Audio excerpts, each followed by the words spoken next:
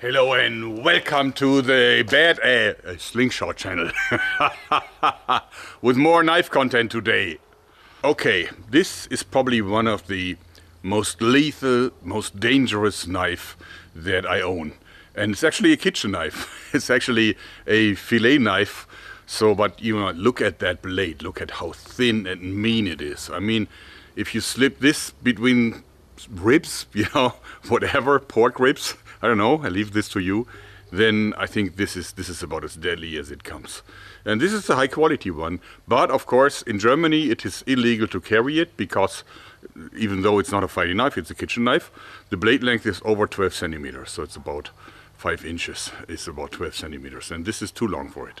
So therefore it is illegal to carry, except if you have a reason, and self-defense isn't one. But of course we are the Slingshot channel to solve these issues. And of course you all know what's coming now. I mean, I've solved that problem legally by making a long bladed knife with a super good backlock. That actually is still a folding knife because the blade length limit does not apply to folding knives, only to knives with a fixed blade. And of course also this knife, even though it locks, you have to use both hands to open it, just because otherwise you can't open it. There's just no stud or something, or no ring or something like this that makes it possible to easily open it. So, but of course this is it's a mighty and sold out knife, but it's also thick and big and heavy, almost weighing like a kilogram. And that's why I decided to go the complete opposite route, to go away from heavy and big and everything to as thin and lightweight as possible, while still being completely lethal. Look at this deadly thing. Don't you love it? Legal to carry in Germany without a reason. And this is really a high-end knife now. I mean, it's the blade is S35VN. So it's really a high-end blade, and it's needed because it needs to be solid and flexible, even though it's very thin. And of course it's numbered and limited edition, 1200 pieces. That's all I'm ever going to make. And of course also we use really good materials, like for the scales. This is real carbon, it's marbled carbon. And look at how thin it is. It's only 9 millimeters thick at the thinnest point. And it weighs just under 100 grams. So it's really lightweight. This is probably the lightest pocket knife I own, even though it's also one of the knives with the longest blade in my collection, as it comes to pocket knives. And if you compare these knives against each other, you can see that the blade length is like almost the same. Mine is just a little longer, out of principle. I also changed the shape a little bit because I think this is just too thin, too delicate. So I wanted a little bit more substance here, a little bit more material. But I think that both knives are extremely dangerous. But this one is legal to carry and this one is not. And should you ever be in Germany and a policeman asks you to surrender that knife, just use your camera on your cell phone and catch that QR code, and you will get a complete explanation in perfect German, as far as I can do, that explains to every policeman in Germany why this is legal to carry. Let's now talk about the biggest disadvantage, and it's the price. Because when Böker told me the price for this thing, just basically because of the high-end steel and also of the carbon, I was actually... So, but I wanted it, and I wanted it in high end. I didn't really want to switch to a cheaper steel and so on. So I decided to go down. I originally wanted to make 2,400 pieces, so I went down to just 1,200 pieces in the hope that I will find enough customers, because this will be 279 euros, so a very expensive knife. When can you order it? Well, when it's ready to be shipped, as always with my knives. And this is expected in about 6 months, because I will now release production with just some minor changes that I want optimized. But other than that, I will now release production, and then it usually takes about 6 months before it becomes available. And as always, there's no way to register, there's no way to pre-order. You just have to stay tuned to my channel, unfortunately. Watch every video I bring, because I might say at the end, oh, by the way, now this thing is ready. Just kidding, I will just make it public, so no problem. In any case, I hope you like this, because that's it for today. Thanks and bye bye.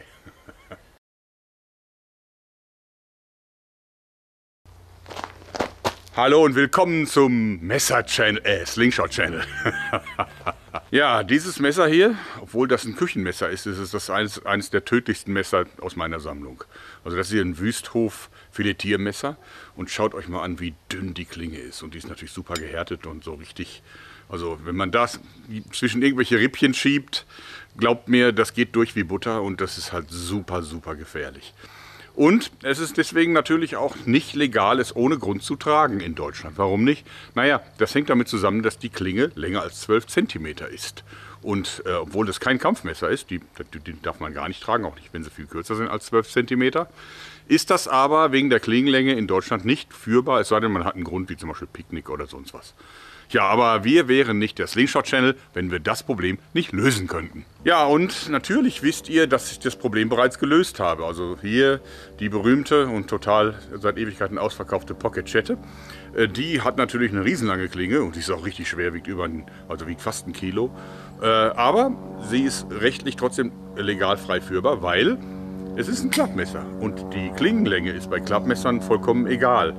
Und natürlich außerdem, wenn es einhändig noch zu öffnen wäre, dann wäre es auch wieder nicht legal. Aber bei diesem Messer braucht man beide Hände. Denn es gibt jetzt hier keinen Daumenpin oder so einen Flipper oder so, dass man es mit einer Hand öffnen kann. Ja? Also von daher legal zu führen, aber natürlich auch ein Riesentrumpf von Messer. Ja, und da habe ich mir dann gedacht, ich gehe mal genau den anderen Weg. Ich gehe mal so dünn und so leicht und so gemein wie nur möglich. Und habe deswegen hier dieses Klappfiletiermesser gebaut. Ja, auch das hat eine Verriegelung. Man braucht beide Hände zum Öffnen. Es gibt keinen Daumenpin oder so. Und es ist super, super, super gefährlich. Also wenn man mal ein paar Schweinerippchen unterwegs mal aufschneiden muss, dann ist es immer gut, dieses Messer dabei zu haben. Und natürlich ist es völlig legal. Es ist hier ein Küchenmesser und es ist ein Klappmesser und es ist ein Zweihandmesser. Also alles gut. Ja, also das hier ist wirklich ein unglaublich leichtes Messer. Das wiegt nicht mal 100 Gramm, es wiegt knapp unter 100 Gramm. Und schaut mal, wie dünn das ist. Also es ist an der dicksten Stelle gerade 9 mm. Und die Materialien sind super edel. Die Klinge hier, die ist CPM S35VN und natürlich nummeriert und limitiert auf 1200 Stück. Mehr baue ich nicht, das ist absolut die Grenze. Und wie ihr seht, die Klinge muss auch so hochqualitativ sein, weil sie ist halt ultra dünn und darf natürlich nicht verbiegen. Muss auch super schnitthaltig sein, denn das ist ein Filetiermesser. Das muss ernsthaft scharf sein.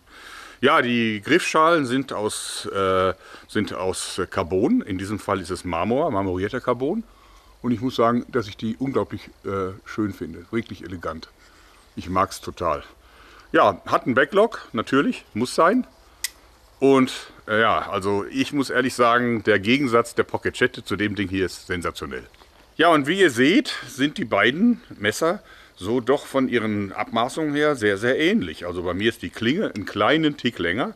Na, das mache ich aus Prinzip. Ich habe auch die Klingenform ein bisschen geändert. Ich mag hier dieses Bauchige nicht so. Ich wollte lieber eine richtig schön normal geformte Klinge haben. Hat auch ein bisschen mehr Substanz einfach. Ja, natürlich ist mein Messer wesentlich dünner hier am Griff. Das liegt dafür super in der Hand. Wobei das auch gut in der Hand liegt, aber es ist halt ein Taschenmesser, ne, muss man sagen. Und ich wollte halt leicht und dünn und edel, super edel. Ja, und wie immer findet man dann auch die rechtliche Begründung, warum das frei führbar ist, wenn man hier auf diesen QR-Code mit der Kamera hält, mit der Handykamera hält.